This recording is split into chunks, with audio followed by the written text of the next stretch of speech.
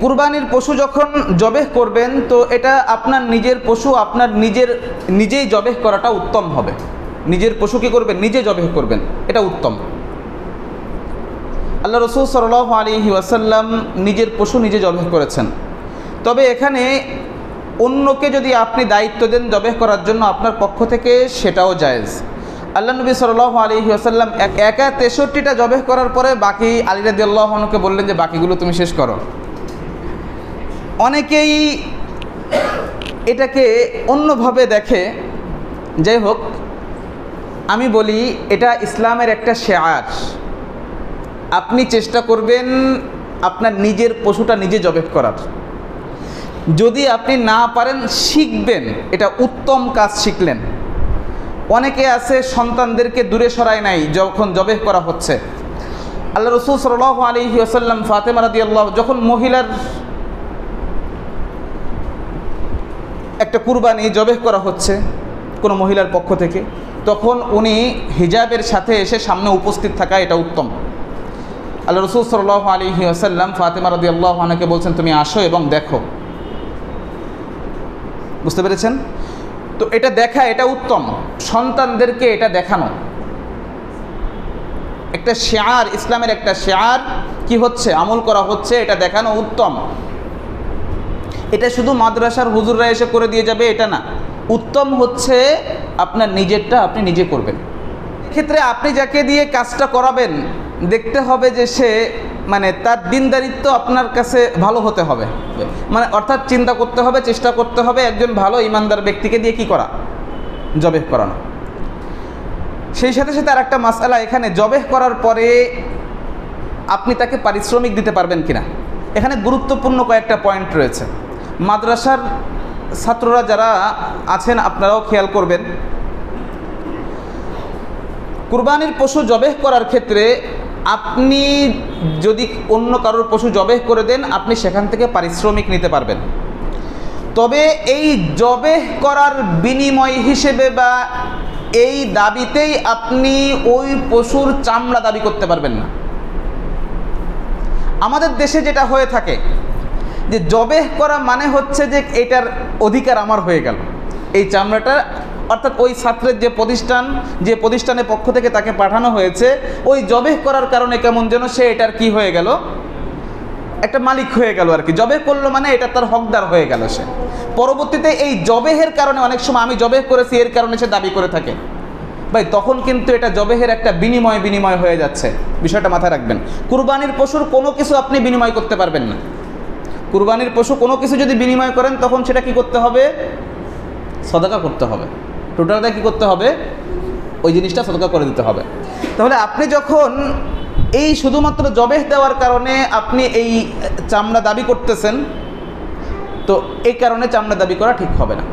এই জন্য যারা অন্য কাউকে কোনো মাদ্রাসার ছাত্রদের দিয়ে জবেহ করাচ্ছেন, আপনারা ক্লিয়ারভাবে বলে নেবেন যে ভাই আপনি জবেহ করেছেন, আমরা প্রয়োজনে আপনাকে পারিশ্রমিক দিয়ে দিচ্ছি, কিন্তু আমি আপনার প্রতিষ্ঠানেও চামড়া দিতে পারি অথবা না দিতে পারি, আমি আমার নিজের প্রয়োজনেও করতে পারি। আপনি এই জবেহ দেওয়ার জন্য আপনি কি করতে পারবেন না? এই চামড়া দাবি করতে পারবেন না। বুঝতে পেরেছেন? এই বিষয়টা ক্লিয়ার করবেন।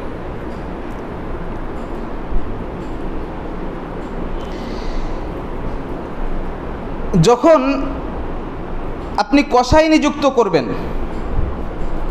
তখন এমন কসাই আপনাকে নিযুক্ত করতে হবে যে সে আপনার থেকে কোনো কিছু মাংসের কোনো কিছু দাবি করবে না, অর্থাৎ এতে তার কোনো দাবি থাকবে না। আল্লাহ রাসূল সাল্লাল্লাহু আলাইহি ওয়াসাল্লাম বলছেন যে তোমরা কসাই নিযুক্ত করবা এবং ওয়া আল্লা ইউতিয়াল জাজ্জার মিনহা শাইআন, বুখারীর হাদিস। জাজ্জারকে অর্থাৎ কসাইকে তোমরা এর থেকে কোনো অংশ দিবে না।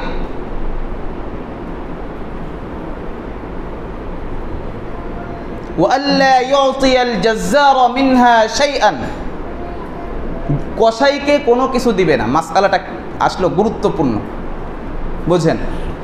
বাহ্যিকভাবে মনে হবে যে ইসলাম এত কঠোর কেন, সে আমার পশুর মাংসটা করে দিল, বানিয়ে দিল, সব কিছু করে দিল, আবার সেই মাংস থেকে তাকে দিতে ইসলাম নিষেধ করতে। ইসলাম কেমন?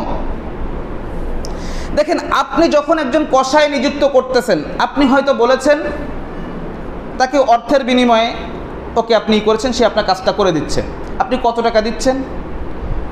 5,000, 6,000, 7,000, অথবা ওই পশু ক্রয়ের সময় যে 1000 প্রতি 100 টাকা, বর্তমানে যেটা চলতেছে বাজারে, 1000 প্রতি 100 টাকা। ভালো, এবার আপনি ওকে নিযুক্ত করলেন, তো কত আসতেছে? মনে করেন দাম আসলো 10,000 টাকা। আপনি বললেন না একটু কম করো, তো বললো ঠিক আছে। আর ওর মাথার ভিতর রয়েছে যে এখান থেকে তো আমাকে 1-2 কেজি মাংস দিবে, এখান থেকে কী করবে, আমাকে 1-2 কেজি মাংস দিবে। ও আসলে টোটালটা হিসাবের ভিতর নিয়ে আসতেছে, মাংসের দাম এত, 1 কেজি বা 2 কেজি দিলে তাহলে আসতেছে আমার কত, 1400-1500 টাকা চলে আসতেছে এখান থেকে, আর সেই সাথে সাথে আর মনে করেন 8,000-9,000 টাকা আমি পাচ্ছি। ও কিন্তু টোটালটা হিসাব করেই তারপরে আপনার সাথে কি করতেছে। তাহলে আপনি কোরবানির মাংসটা দিলেন কি হিসাবে? তাকে বিনিময় হিসাবে। বুঝাতে পেরেছি বিষয়টা? এই কারণে আল্লাহ রাসূল বলতেন তোমরা আলাদাভাবে তার পারিশ্রমিক দিয়ে দিবে। কি করবে? তোমরা আলাদাভাবে তার পারিশ্রমিক দিয়ে দিবে। কিন্তু আল্লা ইউতিয়াল জাজ্জার মিনহা শাইআন, জাজ্জারকে এর থেকে কিছুই দিবে না। হ্যাঁ, যদি আপনি বিষয়টা শুরুতেই ক্লিয়ার করে নেন যে আমরা কিন্তু কোনো মাংস দিব না বা কোনো কিছু দিব না, আমরা কিছুই দিব না, আমি তোমাকে 10,000 টাকা দেবো, 8,000 টাকা দেবো, 5,000 টাকা দেবো, 4,000 টাকা দেবো, 2,000 টাকা দেবো, তুমি রাজি? আসলে আসতে পারো। এবার সে আসলো, এবার যাওয়ার সময় আপনি তাকে মাংস দিয়ে দিলেন, ভালো, উত্তম, কোনো সমস্যা নেই। তাহলে এটা চুক্তির বাহিরে হতে হবে এবং এটা ক্লিয়ার থাকতে হবে। এটা কি থাকতে হবে? এটা পুরো ক্লিয়ার থাকতে হবে যে ওর এই মাংসের ভিতর কোনো কি নাই, দাবি নাই। এখন বিষয়টা যদি ওপেন সিক্রেট হয়, মানে মানে বুঝতে পেরেছেন ওপেন সিক্রেট মানে আমি কি বুঝাচ্ছি? মানে মানে মুখে সবাই বলতেছে কিছুই দেওয়া হবে না, ও জানে যে আমাকে আসলে দেওয়া হবে না, এবং সে ওইভাবেই এটা পোষাচ্ছে, তাহলেও কিন্তু, কারণ এটা যখন শরিয়াতে মানে অর্থাৎ যখন ওরফে এটা যখন সামাজিকভাবে যখন রীতি হয়ে যাবে তখন সেটা শর্ত করারই মতো। এটা শরিয়াতের একটা মূলনীতি, যেই জিনিসটা সমাজে প্রচলিত হয়ে গেছে ওটা শর্ত করারই মতো। ওটা কিসের মতো? শর্ত করার মতো। সুতরাং যখন আপনার সমাজে এটা মনে করতে, এখন যেমন আমাদের এখন এটা দেওয়াটা এখন রীতি হয়ে গেছে, না দিলে বরং সেটাকে কি দেখা হয়, খুব খারাপ চোখে দেখা হয়। তো যেখানে এই কারণে খারাপ চোখে দেখা হচ্ছে সেখানে এই বিষয়টা অবশ্যই ক্লিয়ার করে নিতে হবে আপনাকে। বলবেন তাহলে তো কষাই পাবো না। আপনি দেখেন এটা করতে গেলে দেখবেন যে আপনি কয়জন কষাই পান।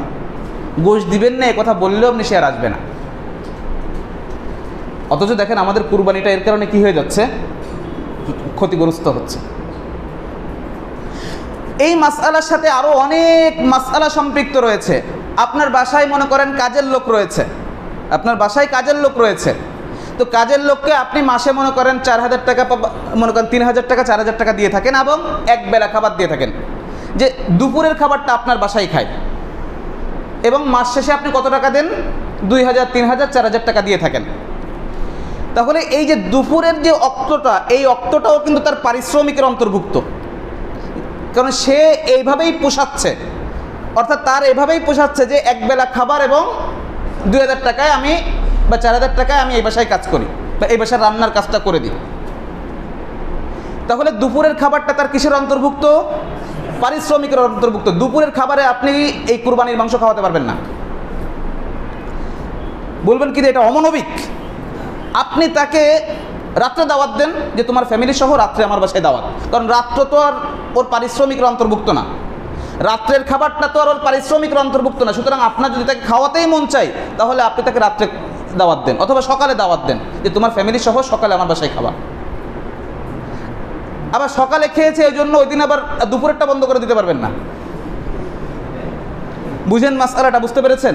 মনে করেন অনেক সময় আমরা লোক নিয়োগ করি কিসের জন্য? আমার বাসায় সে শ্রম খাটবে, কোনো একটা কাজ করবে, দিন চুক্তিতে আসতেছে।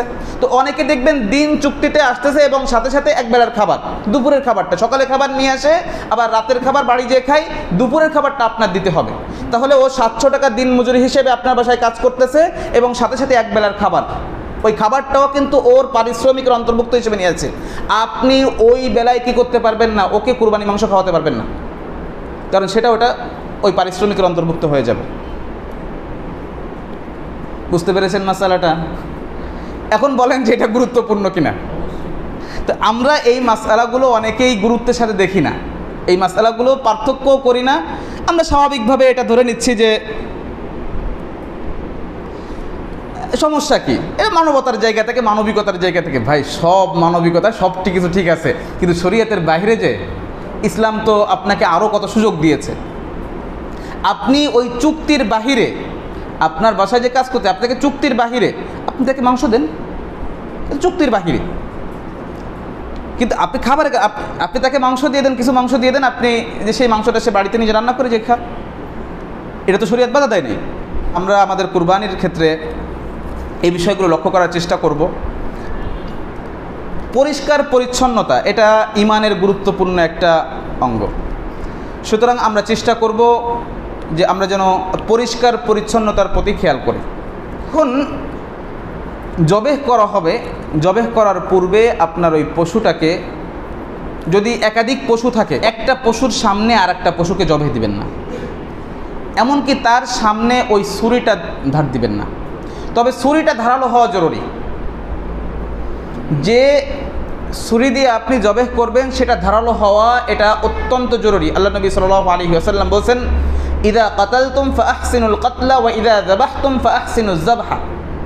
যখন তোমরা আল্লাহর কোনো বিধান কার্যকর করতে যে কাউকে হত্যা করতেছ, সেটাও উত্তম পন্থায় করবে। এই জন্য আপনার পশুটা আপনি জবেহ করার আগে, আপনি যে ছুরিতে জবেহ দেওয়া হচ্ছে, আপনি দেখে নেবেন যে এই ছুরিটা ভালোভাবে ধারালো করা হয়েছে কিনা, কারণ এটা রাসূলের নির্দেশ, ইদা যাবাহতুম ফাআহসিনুজ যাবহা। যখন তোমরা জবেহ করবে, প্রাণী জবেহ করবে, তখন উত্তম পন্থায়, সর্বোত্তম পন্থায় জবেহ করবে। আর সর্বোত্তম পন্থা হচ্ছে কি, ওটাকে কি করে ছুরিকে ভালোভাবে ধার দেওয়া।